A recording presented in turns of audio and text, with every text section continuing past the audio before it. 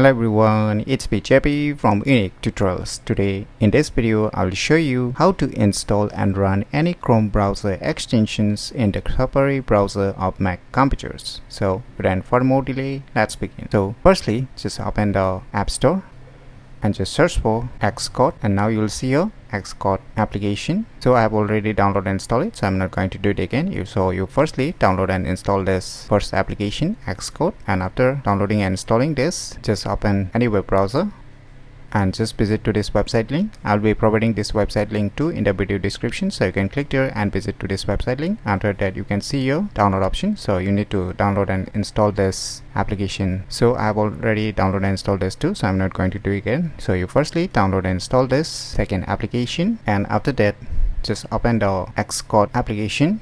And now once you open the Xcode applications, on the left top corner you can see your under the menu bar Xcode. Just click on it. Now click on the settings. Now just click on this Apple accounts and just sign in or log in with your Apple ID, and once you have signed in you can just close it. Now just click on the apps icon and just search for Viaduct, which we have installed. Just click on it. So this is the second application which we have downloaded and installed it. So you can see here you can drag and drop the Chrome browser extensions here directly also, or you can click on the choose extension. So let me close it. Now let me open the Safari web browser.